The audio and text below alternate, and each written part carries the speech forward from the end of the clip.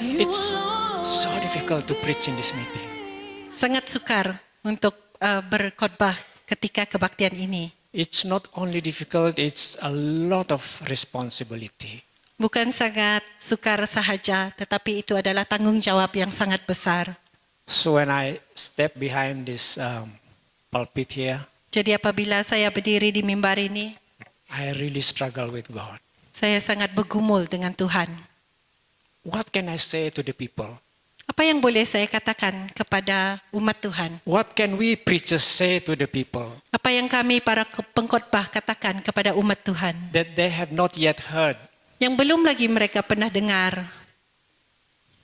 Because with the internet Kerana dengan adanya internet and the social medias, dan juga media sosial, I think you have enough information. saya rasa kamu semua ada cukup informasi. Some of you have much more information than I have. Ada di antara kamu yang punya lebih banyak informasi daripada saya. So what else can I tell you? Orang lain boleh memberitahu Anda. And that's my struggle with God. Dan itu adalah pergumulan saya dengan Tuhan. And last week, Dan minggu lepas, one of the intercessors salah seorang pendoa syafaat, text me. dia telah WhatsApp saya. WhatsApp? Yes. Okay. Said if you humble yourself Dan dia katakan jika engkau merendahkan diri and not depend on your own knowledge dan tidak bergantung kepada pengetahuanmu and not depending on the knowledge that you have in the theological seminaries dan tidak bergantung kepada pengetahuan yang kau ada secara teologia and not depending on the commentaries, dan tidak bergantung dengan komen-komen Alkitab yang ada, tafsiran Alkitab yang ada, God is going to speak. Tuhan akan berbicara. Just be humble Hanya rendahkan dirimu and be simple. dan jadilah simple. And I will continue with this afterwards. Dan saya akan berkongsi tentang ini nanti. So I come here, Jadi saya datang ke sini, whatever simple thing the Lord says, apapun perkara yang seakannya mudah yang Tuhan katakan, I will just say the same. saya akan katakan itu kepada Anda. So I stop looking at all my commentaries. Jadi saya berhenti melihat semua tafsiran yang ada. I put aside the notes that I have done for weeks and months. Saya letakkan nota yang telah saya sediakan itu ke tepi. So I said, Dan saya katakan, God, you want me to be humble and simple? Tuhan, engkau mau saya merendahkan diri dan menjadi seorang yang simple. So I just come humble and simple. Dan saya akan datang secara rendah hati, rendah diri dan simple. So if my message is very simple, dan jika sekiranya message saya pada hari ini seakannya sesuatu yang mudah, simple, I hope you bear with me. saya harap Anda bersabar dengan saya. I'm just trying to be obedient. Saya cuma cuba untuk mentaati. And I found out that this meeting is different from any other meetings. Saya mendapat tahu bahawa kebaktian hari ini lain daripada kebaktian yang lain. I've attended many other conferences and spoken in several other conferences. Saya telah berbicara di konferensi yang berbeza. And this one is just different. Dan tetapi yang ini adalah sesuatu yang lain daripada yang lain. It seems the Holy Spirit likes to destroy the structures that you have done. Seakan-akannya Roh Kudus suka memporak-porandakan struktur yang kita ada. For example, Contohnya, 2017, pada tahun 2017, we were in Mount Murud. kita di Gunung Murud. And so Brother Sang brought us and led us in praise and worship. Jadi ketika itu saudara kita Sang telah memimpin kita di dalam pujian. I prepared a good sermon. Saya telah menyediakan khotbah yang sangat bagus. And as we worship, the worship seems not want to stop. Dan ketika kita menyembah, seakan-akan penyembahan itu tidak mahu terhenti. So the worship went on and on. Jadi penyembahan itu berterusan. Finally, Akhirnya, I I went to see one of our church leaders. Saya telah berjumpa salah seorang pemimpin gereja kita I said, do I need to preach? dan saya bertanya dia, adakah saya perlu berkhotbah? So they said, no need to preach. Mereka berkata tidak payah berkhotbah. Because the Holy Spirit have already ministered to all of us. Kerana Roh Kudus telah berurusan dengan setiap kita. So I didn't preach. Jadi saya tidak berkhotbah. I know one time, Dan saya tahu ada satu kali lagi I was also in another meeting. saya berada di satu kebaktian juga. So in that one meeting, I gave 3 altar calls. Dan ketika dalam kebaktian itu saya telah membuat 3 kali panggilan mimbar. So as I was beginning to preach, the Holy Spirit said, give an altar call. Dan ketika saya mula berkhotbah, Roh Kudus menyatakan buat 1 kali panggilan mimbar. This is not normal. Not normal. Ini bukan perkara I yang biasa. don't normally practice that. Saya biasanya tidak melakukan ini. So in obedience, Jadi kerana ketaatan, di dalam so ketaatan, I gave the altar call. saya telah membuat 1 panggilan mimbar And the place was filled with people. dan tempat itu penuh dengan jemaat Tuhan. And in the middle of the preaching, Dan ketika di tengah-tengah khotbah saya, so he said again, give another altar call. dia katakan buat panggilan mimbar sekali lagi. So I did. Dan saya telah berbuat And demikian he worked. dan He worked. dan dia telah bekerja. And then at the end of it, he said, give another altar call. Dan di hujung khotbah saya dia katakan buat sekali lagi panggilan And I mimbar. gave the third one. Dan yang ketiga, And he worked. dan dia telah bekerja. And this is what I learned. Dan ini apa yang saya pelajari. If I get stuck with my structures, sermon structures, or with what I have, Jika saya boleh memulakan khotbah saya dengan struktur apa yang saya ada and refuse to listen to the Holy Spirit, dan tidak mau mendengar Roh Kudus, I preach excellent sermon. saya akan berkhotbah dengan sungguh baik sekali. The Holy Spirit doesn't work. Roh Kudus tidak akan bekerja. So I go home. Saya balik, The people get frustrated, orang akan sangat frustrated, disappointed. kecewa. I go home also disappointed, Saya balik juga dengan kecewa frustrated. dan frustrated, So I learn to listen to the Holy Spirit. Jadi saya belajar untuk mendengar suara Roh Kudus. Just so that we prepare our hearts. Agar kita menyediakan hati kita. This is what the Lord said about our meeting. Ini apa yang Tuhan katakan tentang kebaktian kita. There is going to be physical healing in the meeting. Akan ada penyembuhan secara fizikal di tempat ini. There's going to be to be a renewal. There's going to be a renewal in this place. Akan ada satu pembaharuan di dalam kebaktian kita ini. And then he gave the picture of that Ezekiel 37. Dia telah memberikan satu gambaran Yeskiel 37. Dry bones Tulang-tulang yang kering coming back to life. akan bangkit hidup kembali. And he gave another word.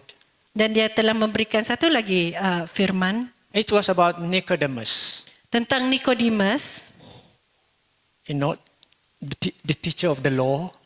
seorang guru agama, And then he came to Jesus dan dia datang kepada Yesus. and was changed forever. Changed forever. Dia telah diubah untuk selama-lamanya. So this is what God is saying for this conference. Jadi ini yang Tuhan katakan untuk konferensi kali ini. It's like 2 extremes. Ia adalah sesuatu yang jauh daripada satu sama lain. One extreme is that dry bones. Satunya adalah tulang yang kering. The other extreme is those who come into the temple day after day. Dan yang satu di hujung yang satu lagi adalah orang-orang yang datang kepada bait Allah setiap hari. And God wants to visit us all. Dan Tuhan mahu melawat setiap kita. Okay, let's go to our sermon. Mari kita melihat khotbah kita hari ini. As our president in the speech said just now, the theme for the 2021 meeting was preparing for eternity. Tema 2021 telah disediakan untuk sesuatu atas talian pada masa itu yang berbicara tentang bersedia untuk You can look at this one is nearer. bersedia persiapan untuk kekekalan, sorry. Yes. So that was the theme, and that one is done on. That one was done online Itu adalah sesuatu di atas talian pada ketika itu because of the COVID. kerana COVID pada masa itu. I think there was about 30,000 plus people who. Sepertinya ada lebih kurang 30,000 orang di atas talian pada masa itu. Yeah, who joined the online meeting. Are you sleepy because I'm speaking so slow? Adakah kamu mengantuk kerana saya berbicara dengan sangat perlahan? No. Because I don't know how to preach when I jump here and there. I cannot preach. Kerana saya tidak pandai berkhotbah dengan melompat ke sini ke sana. I think my brother Peter is more or less like me. Saya rasa saudara kita Reverend Pengiran, Reverend Peter yang lebih lagi perlahan daripada saya. We don't know how to jump when we preach. Kami tidak pandai melompat ke sini ke sana apabila kami berkhotbah. So when you see your friend sleeping, just nudge them like this. Jadi kalau kamu melihat kawan di sebelah kamu tidur, kamu sikukan dia. And then in 2023, last year, Pada tahun 2023, the theme was tetap setia hari Tuhan mendekat. the theme was be faithful, the day of the Lord is near. And then for this year, Dan pada tahun ini, the theme is peranan gereja menanti akhir zaman. the theme is the role of the church waiting for the last days. So waiting for the last days. Yeah. So why is the theme always about end times? Jadi kenapa tema itu selalu berkaitan dengan zaman akhir pada masa-masa akhir ini? Maybe after the 6 main sessions, we'll find out. Mungkin selepas 6 sesi kebaktian ini kita akan mendapat tahu. 6 sesi utama. 6 main sessions. Okay, these are our 6 sessions. So, first session we'll be speaking about signs of the end times. Sesi pertama adalah tentang tanda-tanda akhir zaman. And then second session we'll be speaking about characteristics of the end times. Sesi kedua, ciri-ciri akhir zaman. And then the third session afterward we'll be speaking of proclaiming the gospel of the kingdom. Sesi ketiga adalah memberitakan Injil Kerajaan. And the fourth session we'll be speaking about attitude of church life. Sesi keempat adalah tentang sikap hidup jemaat. And the fifth session we'll be speaking about to be a witness of Christ. Sesi kelima menjadi saksi Kristus. And then the final session will be lifestyle of the church awaiting the end times. Sesi keenam dan terakhir adalah gaya hidup gereja menanti akhir zaman. So for this session, I will be speaking about the signs of the end times. Jadi untuk sesi ini saya akan berbicara tentang tanda-tanda akhir zaman. So much have been spoken about this. Banyak yang telah diperkatakan tentang hal ini. Last year also in Murud, I was speaking about the signs of the end times. Tahun lepas semasa di Murud saya juga telah membicarakan tentang ini. So I'm going to be just very brief. Saya cuma akan membicarakan dengan ringkas. Okay, what do you mean by signs? Apa yang kita tahu tentang tanda-tanda? I hope one of the preachers also will speak about end times. Salah satu sebab kita berbicara tentang zaman akhir. So let me explain about signs. Saya mahu menjelaskan tentang tanda-tanda. Signs. I'm sorry, not because I'm well educated in theology or in Greek or Hebrew, but so that we understand. Bukan sebabnya saya terpelajar dan tahu tentang hal ini, tetapi saya mau menjelaskan supaya kita semua faham. The word signs in the Greek means Simeon. Simeon. Simeon?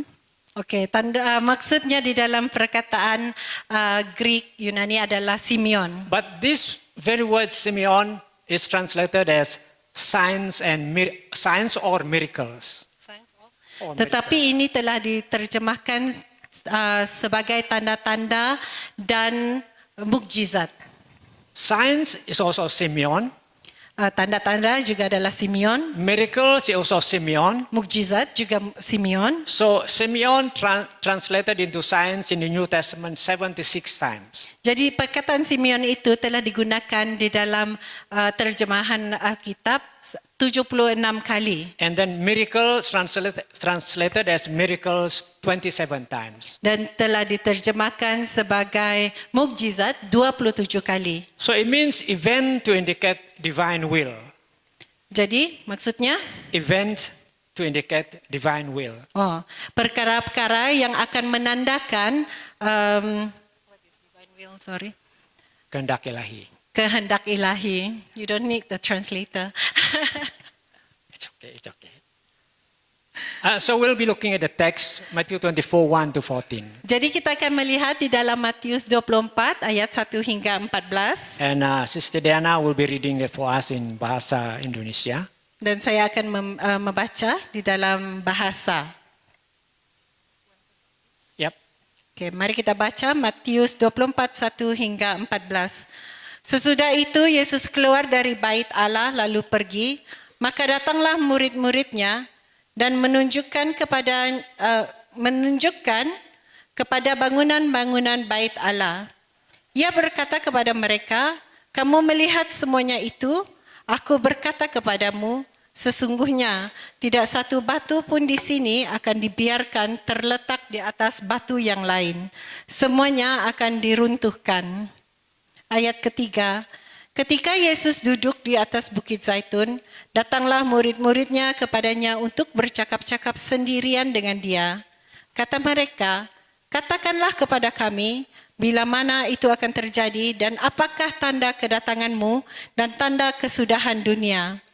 Jawab Yesus kepada mereka, "Waspadalah supaya jangan ada orang yang menyesatkan kamu. Sebab banyak orang akan datang dengan memakai namaku dan berkata, 'Akulah Mesias,' dan mereka akan menyesatkan banyak orang. Kamu akan mendengar deru perang dan kabar-kabar tentang perang. Namun berwas-waslah, jangan kamu gelisah. Sebab semuanya itu harus terjadi, tetapi itu belum kesudahannya.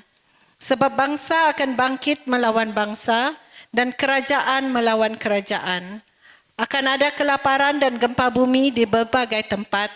Akan tetapi semuanya itu barulah permulaan penderitaan menjelang zaman baru. Ayat ke-9.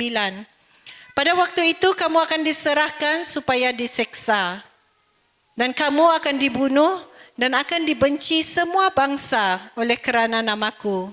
Dan banyak orang akan murtad dan mereka akan saling menyerahkan dan saling membenci. Banyak nabi palsu akan muncul dan menyesatkan banyak orang. Dan kerana makin bertambahnya kedurhakaan, maka kasih kebanyakan orang akan menjadi dingin. Tetapi orang yang bertahan pada kesudahannya akan selamat. Ayat 14, dan Injil kerajaan ini akan diberitakan di seluruh dunia menjadi kesaksian bagi semua bangsa. Sesudah itu barulah tiba kesudahannya.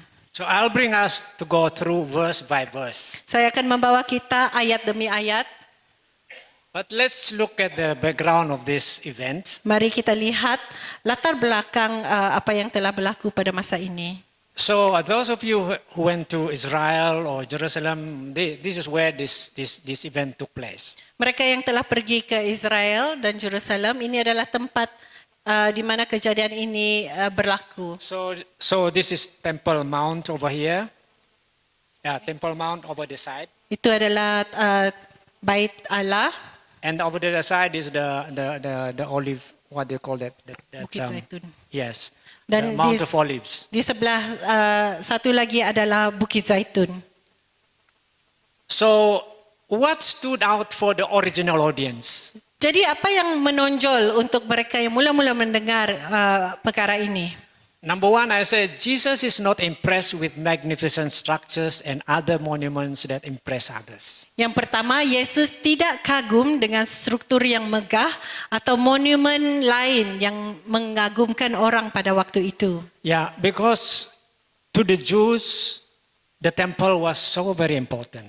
Kerana bagi mereka pada masa itu, bait Allah itu adalah sesuatu yang sangat penting. And their life revolves around the temple. Dan kehidupan mereka adalah di sekitar berkaitan dengan bait Allah. In the beginning, the temple was meant for the correct purpose. Pada masa awalnya bait suci bait Allah itu diciptakan untuk sesuatu yang luar biasa. Untuk tujuannya. Untuk tujuan. Yeah. Because the first temple was built by Solomon. Kerana bait Allah yang pertama telah dibina oleh Raja Salomo. And God's presence was very real in that temple. Dan kehadiran Tuhan itu sangat nyata di tempat itu.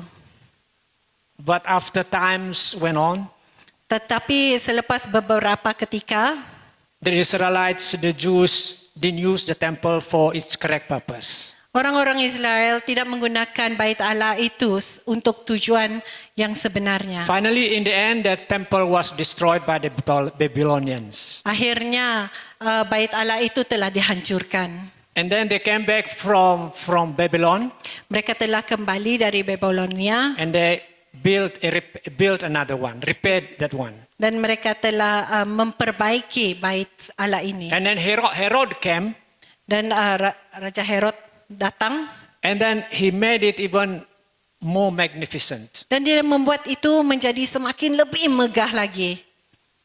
But it was only structures. Tetapi itu hanyalah satu struktur. If we look at Ezekiel, he saw the presence of God lifted up from the temple. Jika kita melihat dalam Ezekiel, dia melihat kehadirat Allah itu naik daripada bait Allah. And so once God's presence is lifted from the temple, Apabila hadirat Tuhan itu naik, diangkat daripada bait Allah, it remained just a building, tempat itu hanyalah satu bangunan. just a structure. Itu adalah satu struktur sahaja. And so the second one, what stood out for the original audience? Jadi apa yang kedua yang menonjol pada masa ini adalah God himself will bring swift judgments against the religious establishment. And the temple was the ultimate symbol of that establishment. Tuhan sendiri akan membawa penghakiman yang segera ke atas struktur keagamaan ini. Dan bait Allah pada waktu itu adalah lambang struktur keagamaan itu. If you look at Jeremiah, the Jews said, the temple of the Lord, the temple of the Lord, the temple of the Lord. Jika kita lihat di dalam Yeremia, mereka kerap kali menyatakan Temple of the Lord, itu adalah bait Allah. bait Allah. Bait Again, Allah. 3 times. 3 kali mereka menyatakan bait Allah. So it was the temple, Jadi itu adalah bait Allah, it was not God. tetapi itu bukan Tuhan. And God destroyed the temple. Destroyed the temple. Dan Tuhan telah menghancurkan bait Allah itu. And the Jews mistakenly took that the temple was a symbol of God's glory. Mereka pada waktu itu seakan-akan memahami bahawa bait Allah itu adalah hadirat Tuhan. In the first point, I said Jesus is not impressed by magnificent structures. Di dalam poin yang pertama saya menyatakan Yesus tidak kagum tentang struktur ini. But over the last thousands of years, that's what the church exactly did. Tetapi dalam beberapa ribu tahun yang lepas, itu adalah apa yang dilakukan oleh gereja. We keep on building magnificent structures, Kita terus membina struktur yang mengagumkan, and God was not in the temple. tetapi Tuhan tidak ada di dalam baitnya. And he said, for such a thing, he's coming to destroy. Dan dia berkata untuk perkara-perkara begitulah dia datang untuk membinasakan. And then if you look at the whole chapter, actually this chapter addresses 2 questions. Jika kita lihat di dalam seluruh bab ini, ia menjawab dua persoalan. The time of the temple's destruction, Yang pertama adalah bila masa bait Allah itu dihancurkan. and the second was about signs indicating his coming in the close of age. Dan yang kedua adalah tanda kedatangan dan tanda kesudahan dunia. So we will not be speaking about the first one, Kita tidak akan membicarakan yang pertama, because now that's history. kerana itu adalah sekarang satu sejarah semata-mata. When Jesus said this, Apabila Yesus berkata tentang ini, that was about the year AD 30.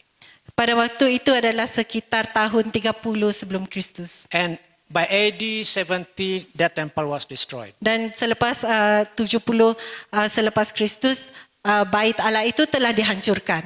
To the Jews at that moment, to the disciples at that moment, that was a prophecy.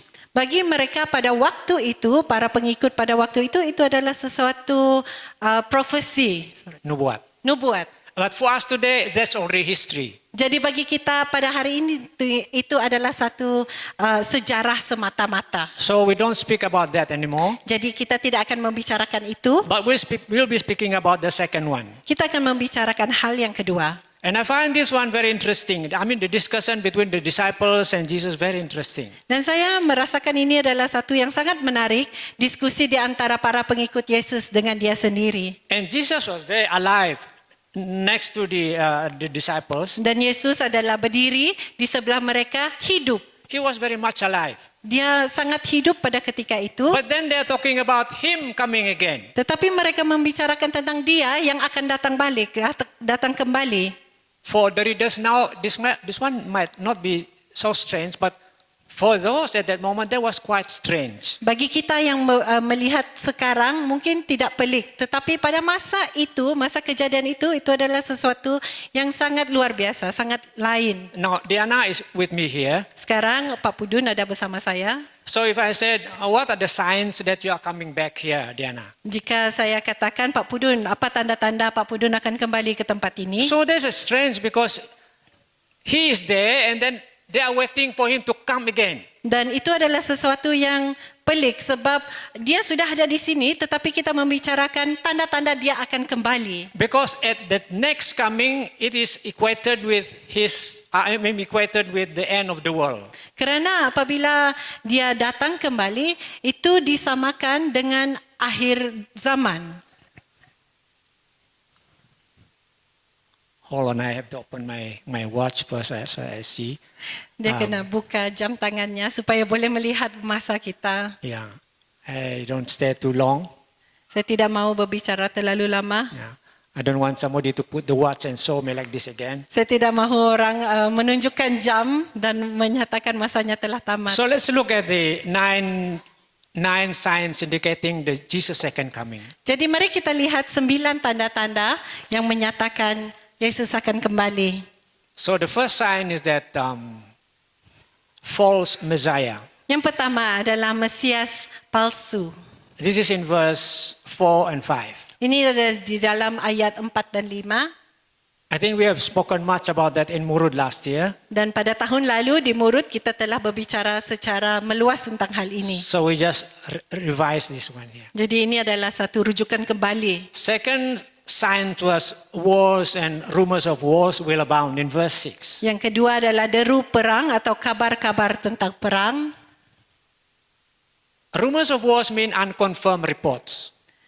Kabar-kabar tentang perang maksudnya sesuatu yang tidak sah. And then the third sign will be international hostility and enmity. Yang ketiga adalah permusuhan secara antara bangsa.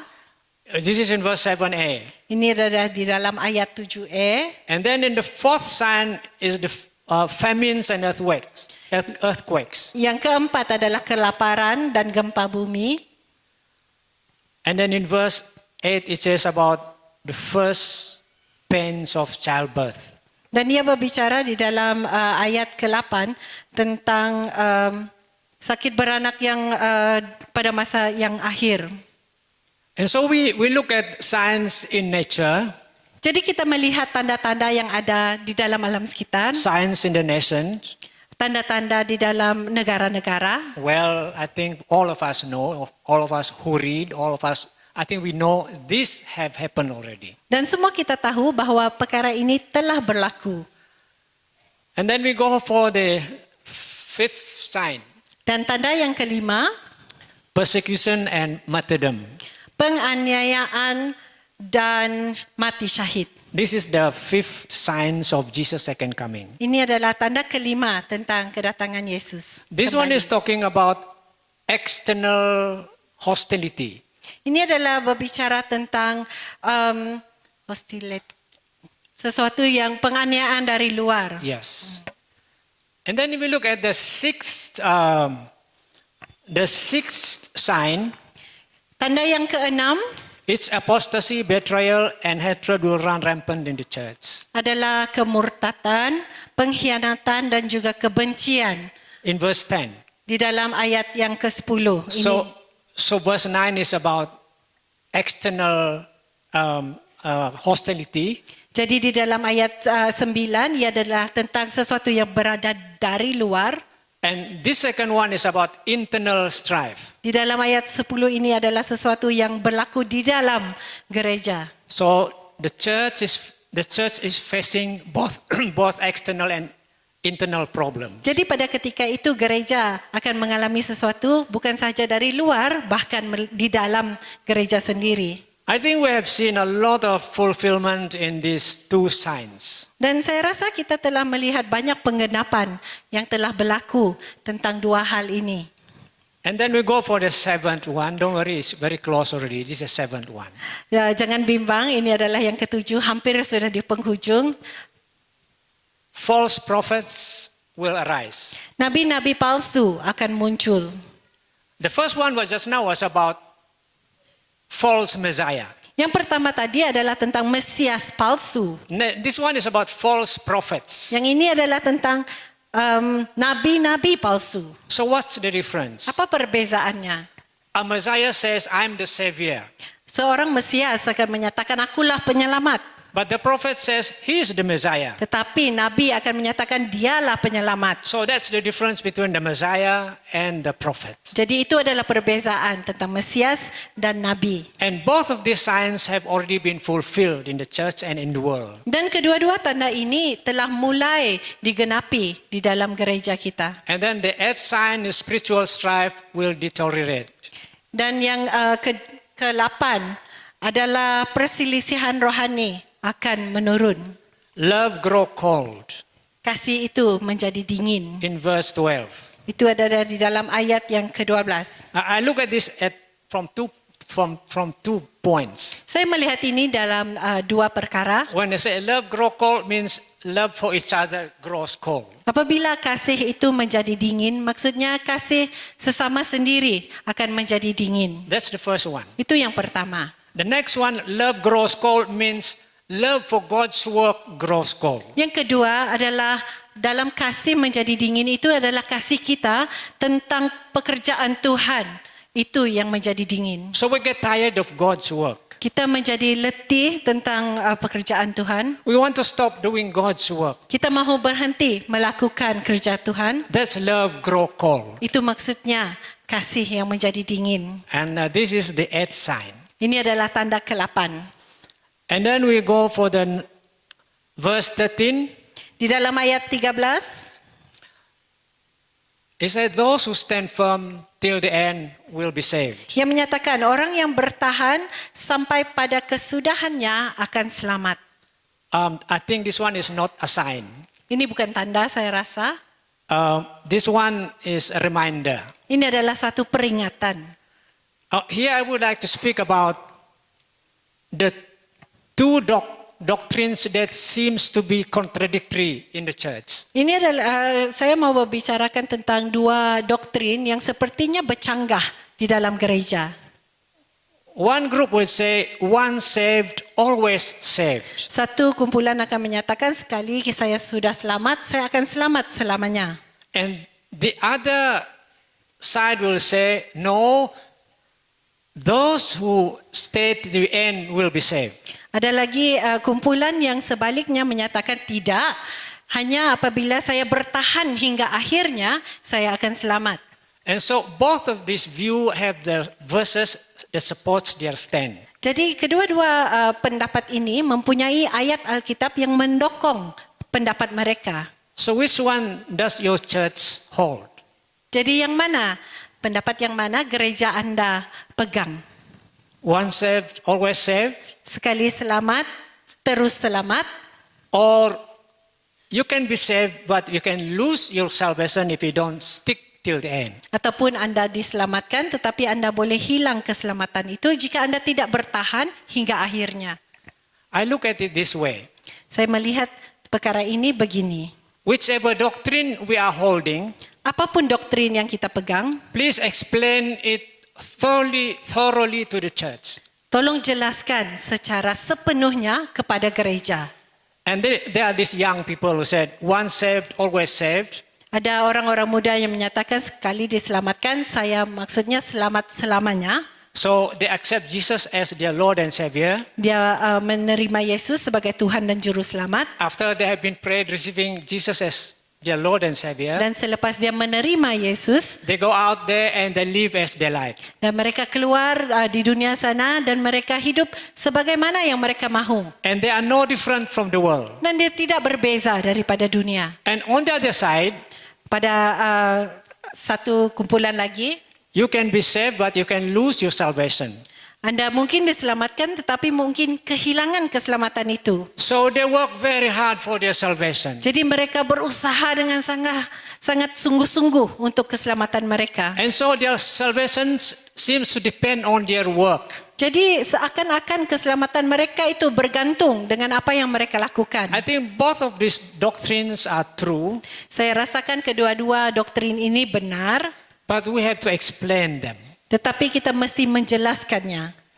Once saved, always saved means if you are saved, you are not going back to the life of the world. Sekali selamat, selamanya selamat maksudnya apabila diselamatkan kita tidak kembali kepada kehidupan yang lama. And then the other side is if you are saved, you keep on doing that which the gospel requires you to do.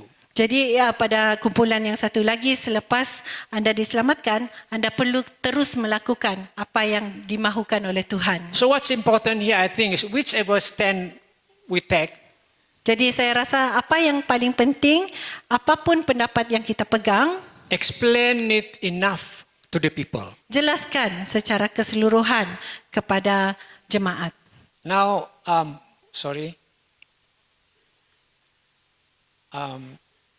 the ninth sign. Jadi yang ke-9, tanda yang ke-9. He said all the other signs can happen, Semua tanda-tanda ini boleh berlaku, 1 to 8, tanda pertama hingga yang ke-8, but it's not yet the end. tetapi itu bukan pengakhiran. But the ninth sign is, the ninth sign seems to be the last one and the end. Tanda yang ke-9 seakan-akannya tanda terakhir dan pengakhiran. So in verse 14 it says, and this gospel of the kingdom shall be preached in all the world as a witness unto all nations, then the end come. Jadi di dalam ayat 14 yang menyatakan, dan Injil kerajaan ini akan diberitakan di seluruh dunia menjadi kesaksian bagi semua bangsa, sesudah itu barulah tiba kesudahannya. And so it speak about the extensive preaching of the gospel in fulfillment of the Great Commission in Matthew 28. Jadi pemberitaan Injil yang meluas dalam penggenapan amanat agung yang kita dapati dalam Matius 28. So I look at this verse 14 here not as a command Jadi saya melihat ayat 14 ini bukan sebagai satu perintah to ask us to go and preach the gospel, untuk menyuruh kita keluar dan memberitakan Injil, but I look at this one as a promise. tetapi saya melihat ini adalah sebagai satu janji. It said, when we look at how difficult it is for us to preach the gospel in the world, Apabila kita melihat betapa sukarnya untuk kita keluar dan memberitakan Injil, this verse actually give us encouragement. ayat ini memberikan kita galakan. I tried to look some some data in the internet. Saya cuba mencari beberapa data di dalam internet. It says in the 1900, 900 million people have no gospel access. Di dalam tahun 19,900 juta orang tidak mempunyai cara untuk mendengar tentang berita Injil. So they said again in 2017 they did another research and they said 2.1 billion people have no access to the gospel. Dan kemudian pada tahun 2017 2.1 bilion orang tidak mempunyai jalan untuk mendengar Injil. And looking at this, they are saying in 2050, 2.7 billion people will have no access to the gospel. Dan jika dilihat melalui data ini 2060, 2060? 2030, 2030, 2.7 billion. 2.7 bilion orang When you tidak akan mendapat. when you look at these statistics, Jika kita melihat data ini, it seems that we are not successful in bringing the gospel of sepertinya Christ. kita gagal untuk membawa Injil itu keluar. But this promise in verse 14, Tetapi janji yang di dalam ayat 14 ini, and so this gospel is going to preach in all the world. yang menyatakan bahawa Injil itu akan dikabarkan ke seluruh dunia. As a witness to all nations, Sebagai satu kesaksian kepada semua negara-negara, and the end will come. dan akhirnya pengakhiran itu akan tiba. To me, I look at this one as encouragement for all of us. Itu adalah satu galakan untuk setiap kita. When you try to witness to our neighbors, Bila kita cuba memberi kesaksian, bersaksi kepada jiran-jiran kita, years after years, they still won't repent. selepas bertahun-tahun mereka masih lagi tidak bertobat. When we go and preach the gospel into that nation, Bila kita pergi ke negara tersebut, they will catch you and throw you in prison. mereka mungkin akan menangkap kamu dan meletakkan kamu di dalam penjara. And so when you look at this situation, Jika kita melihat situasi ini, the gospel seems not to be able to be preached to all nations. sepertinya Injil itu tidak dapat dikabarkan kepada negara-negara di luar. But Jesus himself promised, Tetapi Yesus sendiri berjanji he said, this gospel of the kingdom shall be preached in all the world bahwa pemberitaan Injil itu akan digenapi di seluruh dunia as a witness unto all nations. sebagai satu kesaksian kepada seluruh dunia. No matter what happens when we go and preach the gospel, Apapun yang berlaku ketika kita memberitakan Injil, whether the servants of God go to jail, sama ada hamba Tuhan akan pergi ke penjara, dipenjarakan, or whatever method we use, there seems to be something to stop it. apapun cara yang kita lakukan yang seakan-akan terhenti, But Jesus himself said, this gospel shall be preached to all nations. tetapi Yesus sendiri menyatakan bahwa Injil ini akan dikabarkan kepada seluruh dunia. With that promise, Dengan janji itu, we have confidence in just go and preach the gospel. kita mempunyai keyakinan bahwa kita perlu keluar dan memberitakan Injil. Because finally this gospel will be preached in all the world. Kerana akhirnya Injil ini akan diberitakan ke seluruh dunia. Now what is the relevance of this to our theme here? Jadi apa kaitan hal ini dengan tema kita? I look at it like this. Saya melihatnya dari cara ini. When we look at the signs, 9 signs just now, Bila kita melihat ke-9 tanda tadi, how do we apply this one as peranan gereja menanti akhir zaman? bagaimana kita mahu mendekatkan tentang tema kita, the role of the church in the last days. I look at it as 2 groups that is to be targeted. Saya melihat ini sebagai 2 kumpulan yang harus ditarget. Those in the church, Yang pertama, mereka yang ada di gereja, those outside the church. dan yang kedua, mereka yang di luar gereja. And so the role of the church is both for those inside Jadi peranan gereja adalah untuk mereka yang ada di dalam gereja and for those peranan gereja or the role of the church for those outside. dan juga untuk mereka yang tidak berada di dalam gereja. I'm sure both of these will be covered by our next speakers. Saya rasa kedua-dua topik ini akan dibicarakan nanti tentang daripada pengkhotbah yang lain. For example, if there are false messiahs, if there are false prophets, what's the role of the church? Maksudnya, contohnya jika ada Mesias palsu atau Nabi palsu, apa peranan gereja pada masa itu? What do we do to protect the sheep? Apa yang harus kita lakukan untuk melindungi? If there are still so many people out there who have not heard the gospel yet, Jika ada ramai lagi orang di luar sana yang belum mendengar Injil, President in his speech said just now that our focus here is on this one here. Presiden tadi di dalam ucapannya menyatakan bahwa ini adalah fokus kita, pengkabaran Injil. If the Bible, if Jesus have said there will be going to be internal strife, Jika Alkitab tadi menyatakan akan ada pergolakan secara dalaman, what is the role of the church to minimize this happening in the church? apa peranan gereja untuk mengurangkan perkara ini berlaku di dalam gereja? This will be covered by our next speakers. Dan ini akan dibicarakan daripada pengkhotbah kita yang lain. I look at my watch and I said, I think it's time to stop. Saya melihat jam saya dan saya rasa sudah tiba masa untuk berhenti.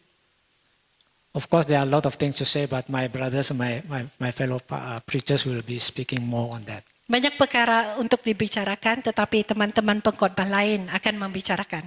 So what we'll be doing next will be, as I said, preaching in this meeting. Preaching is just one of the events that we do. Jadi apa yang saya katakan tadi, berkhotbah hanya salah satu bahagian daripada kebaktian kita.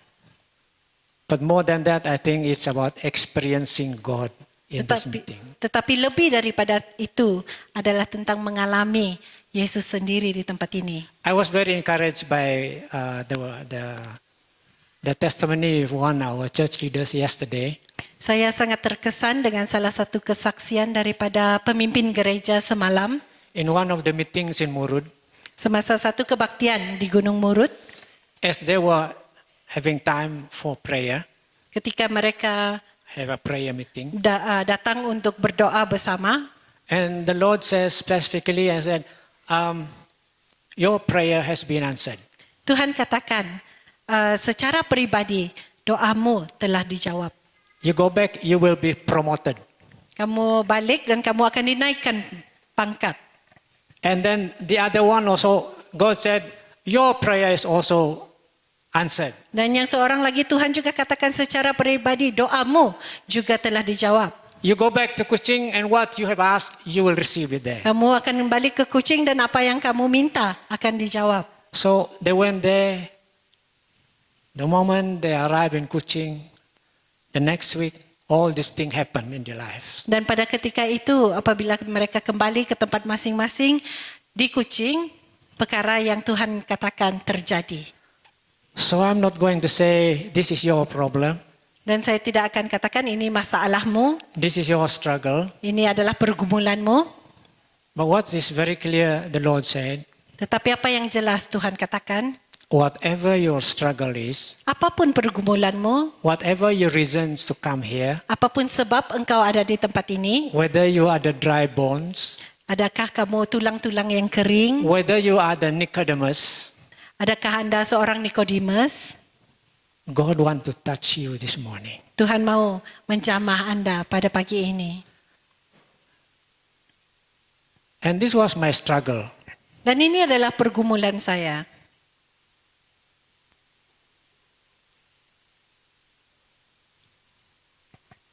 I'm looking at the church leaders. Saya melihat pemimpin-pemimpin gereja.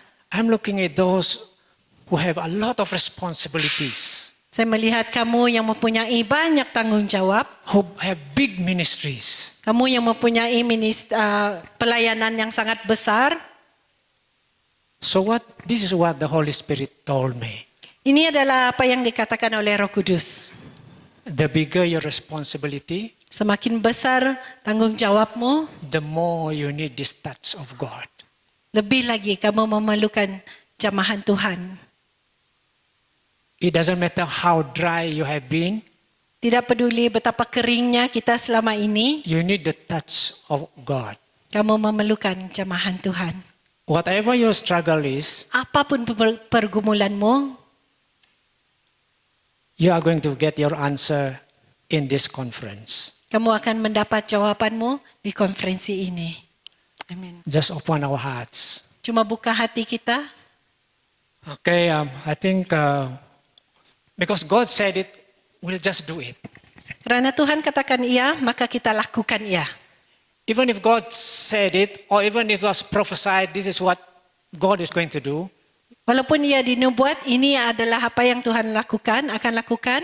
But if we don't allow God, if we don't, as those in this place here, if we don't give the opportunity for God to work, Jika kami yang ada di tempat ini tidak membenarkan Tuhan untuk bekerja, no matter what the prophecy is, apapun nubuat yang akan ada, it's not going to be fulfilled. tidak akan dipenuhi. So we just allow God. Jadi kami hanya membenarkan Tuhan. Are we ready? Adakah kita bersedia? I know some of you have been touched in the praise and worship just now. Dan tadi kita telah tersentuh dijamah di dalam sesi pujian penyembahan. But God wants to do more. Tapi Tuhan mau melakukan lebih lagi. I have this warning for us. Saya mempunyai ayat ini untuk kita. Warning. Warning. Yes. Amaran ini untuk kita. Please don't touch somebody next to you. Jangan sentuh orang yang di sebelahmu. No need to lay hands on somebody next to you. Tidak payah meletakkan tanganmu di atas orang di sebelah kamu. Because Jesus says, I'm going to touch you. Kerana Yesus berkata dia yang akan menyentuh dia. There are times when He needs us to touch somebody. Kadang-kadang kita merasakan kita perlu menyentuh seseorang. But this time, Jesus personally want to touch us. Tetapi kali ini Yesus mahu sendiri menjamah kita. He said, if you humble yourself, Dia berkata jika kita merendahkan diri kita, and then He's coming. He's coming, Dia datang and He's going to touch us. He's going to touch us. dan Dia akan menjamah kita. So, I know I would like you to be just where you are, but if you feel like as you worship God, if you feel like you want to come here and so very, very close in here, you are most welcome. So it's going to be free. Anda boleh berada di tempat Anda sendiri, tetapi ketika kita menyembah, sekiranya Anda merasakan Anda mahu datang ke depan, berada lebih dekat, tolong, ia adalah sesuatu yang terbuka. Anda boleh datang ke depan juga. I'm not saying that you must come here. Saya tidak berkata Anda mesti datang ke depan. It's how the Lord touch your heart. Ia adalah bagaimana Tuhan menjamah hati Anda. Let's close our eyes. Mari kita Close our eyes tutup mata kita and focus on Him. dan fokus kepada Tuhan.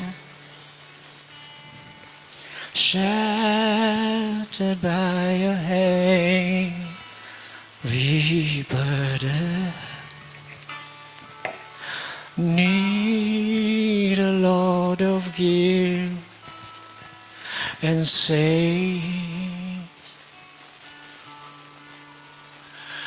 Then the hand of Jesus touched me,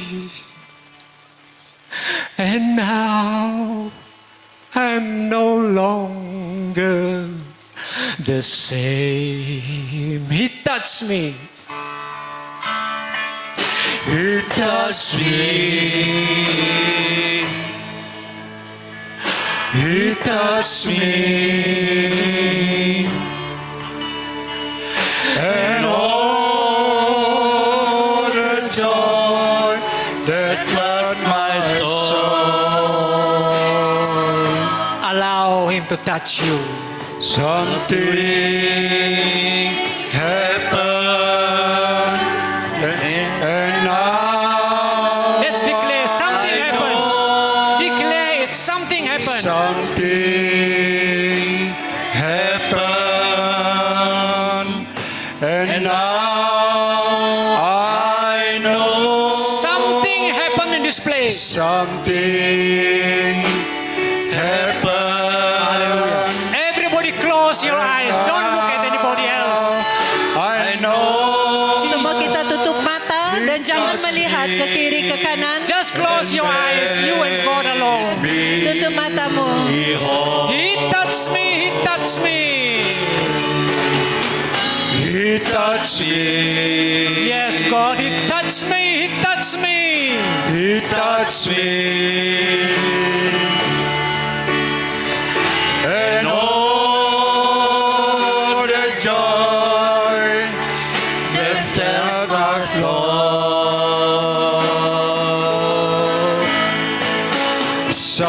Something happened, and now I know Something happened. something happened. Now I know something happened, and now I know He touched me and made me whole. I think we just sing it until you really feel the touch of God. Kita akan Don't terus leave this- menyanyikan sehingga kita merasakan jamahan Tuhan.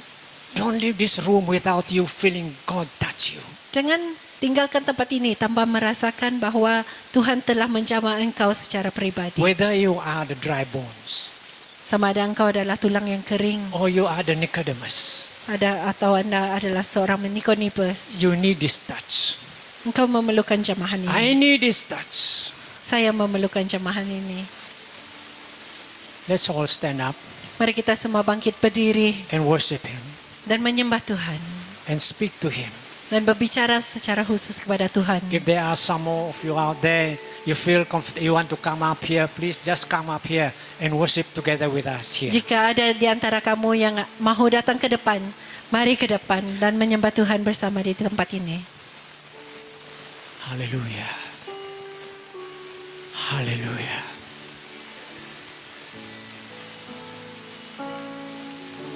Are there any more? He touched me. Sesiapa lagi? Mari datang ke He depan. touched me. And Oh, the joy that that fills my soul. Jesus, Jesus, Jesus. Something Let's declare it together. Declare it. now I know something happened, and now I know something happened, and now I know He touched me and made me whole. He touched me. He touched me. He touched me. And all the joy that floods my soul.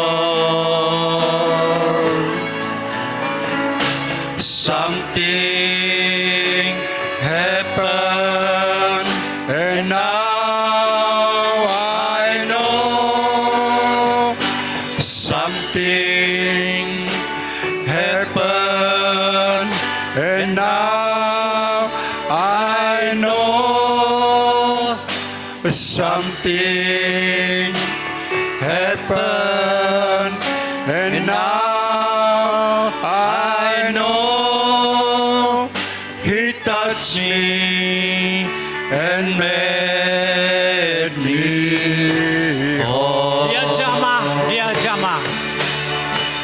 Dia jamah, dia jamah, dan oh damai di hatiku. hatiku. Sesuatu terjadi, kini ku tahu. Sesuatu terjadi. Jamaah ku jadi baru. Ya jemaah, ya jemaah, dan oh damai di hatiku. Sesuatu terjadi, kini ku tahu dia jamaah ku jadi baru. Dia jamaah, dia jamaah, dan oh damai di hatiku. Sesuatu terjadi, kini ku tahu dia jamaah ku jadi baru. Mari kita let's all pray. Mari kita berdoa. All of us pray.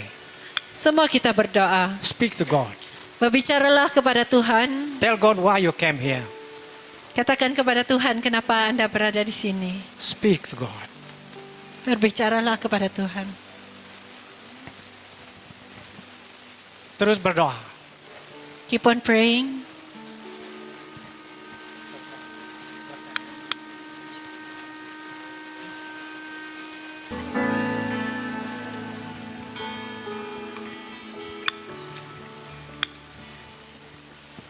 There's someone in the congregation here.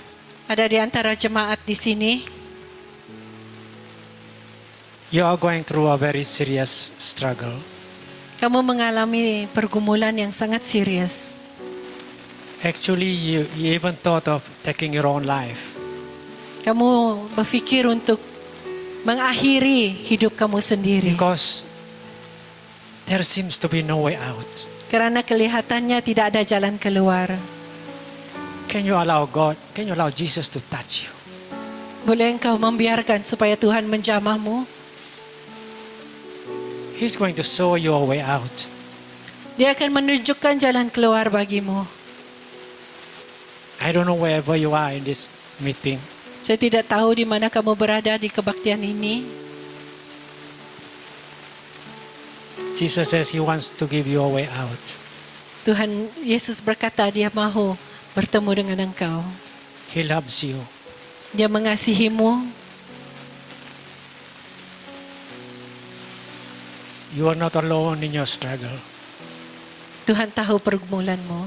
You are not alone in your struggle. Engkau bukan sendirian di dalam pergumulanmu.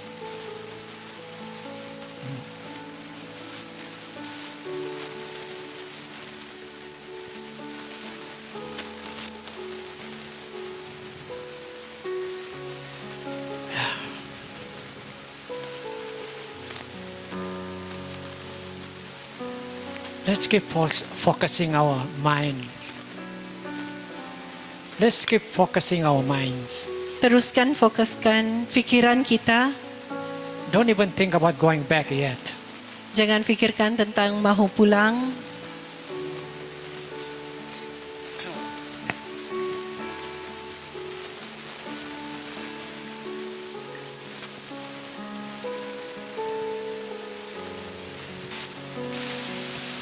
There are a few people in this congregation.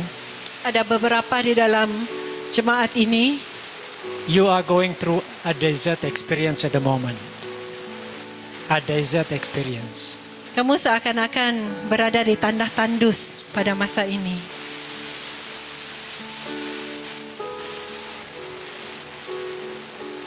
Can you allow God to touch you?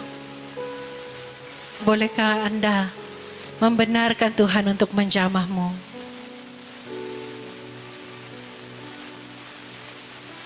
So that there's fresh living water. So that Supaya ada air kehidupan yang menyegarkan. will once more flow from within you. Sekali lagi akan mengalir. Because once upon a time, you were that spring. Kerana pada satu masa dahulu, engkau adalah mata air itu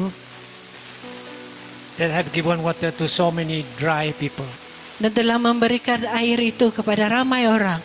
But now you yourself seems to going through this dry spell. Tetapi seakan-akan pada masa ini engkau sendiri yang mengalami kekeringan. Jesus says he wants to touch you. Yesus berkata dia mau menjamahmu. He wants you to be that well that allows the water to flow through you again. Dia mau engkau membenarkan engkau menjadi perigi di mana air kehidupan itu akan mengalir sekali lagi To bless many people. untuk memberkati ramai orang. Father, I'm praying, oh God, for these people. Bapa, saya berdoa untuk mereka ini Wherever they are sitting in this congregation right now, dimanapun mereka berada di dalam jemaat ini pada waktu ini. God touch them. Tuhan, engkau jamah. Yes, I say, God, thank you, oh God, you touch them. Saya akan nyatakan terima kasih Tuhan kerana engkau telah menjamah mereka.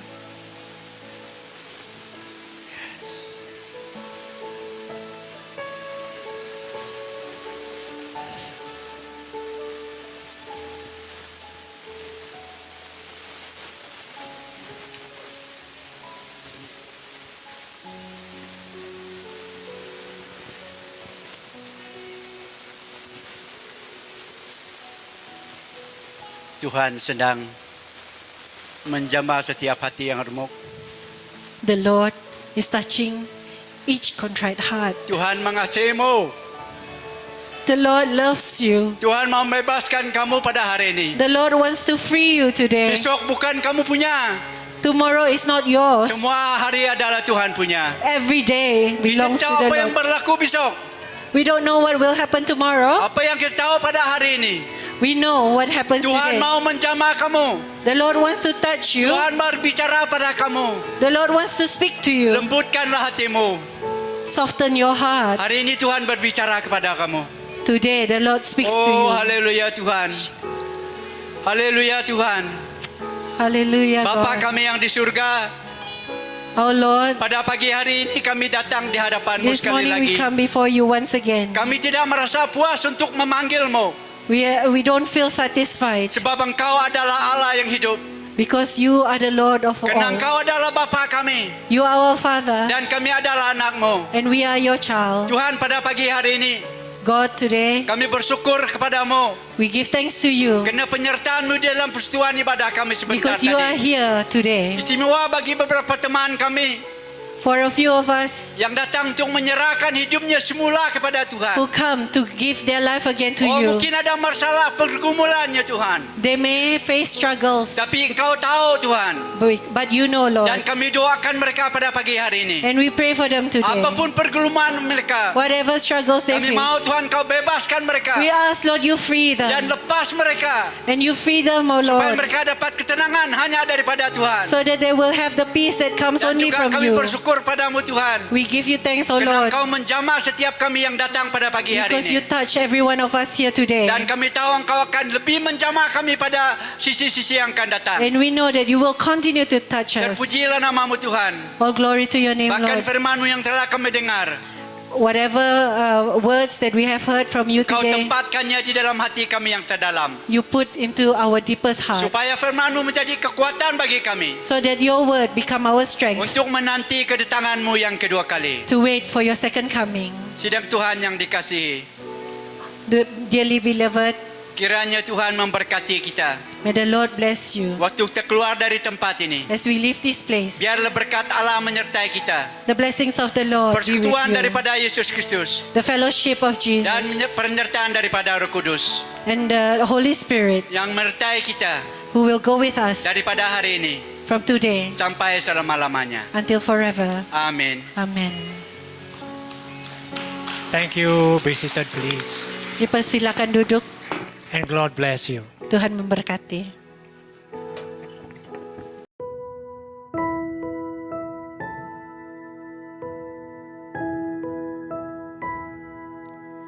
Ku rasakan kasih-Mu Tuhan, ku rasakan kuasa-Mu Tuhan, ku rasakan kasih kuasa Roh Kudus, ku rasakan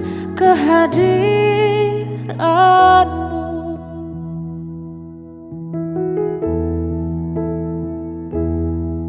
Ku rasakan kasih-Mu Tuhan, ku rasakan kuasa-Mu Tuhan,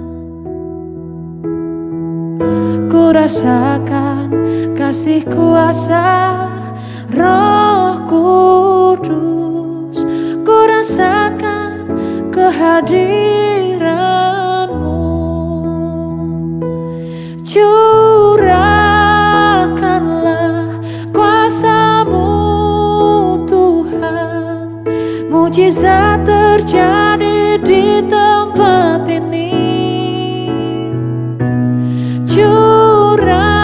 Curahkanlah kuasa-Mu Tuhan, mujizat terjadi sekarang ini.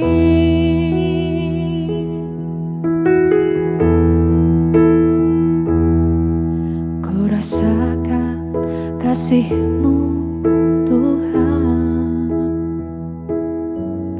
ku rasakan kuasa-Mu Tuhan,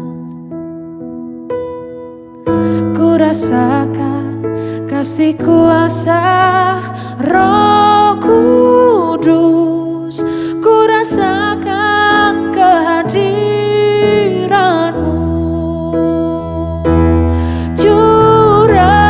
Curahkanlah kuasa-Mu Tuhan, mujizat terjadi di tempat ini. Curahkanlah kuasa-Mu Tuhan, mujizat terjadi sekarang ini. Curahkanlah kuasa-Mu Tuhan, mujizat terjadi di tempat ini. Curahkanlah kuasa-Mu Tuhan, mujizat terjadi sekarang ini. Mujizat terjadi sekarang ini. Mujizat terjadi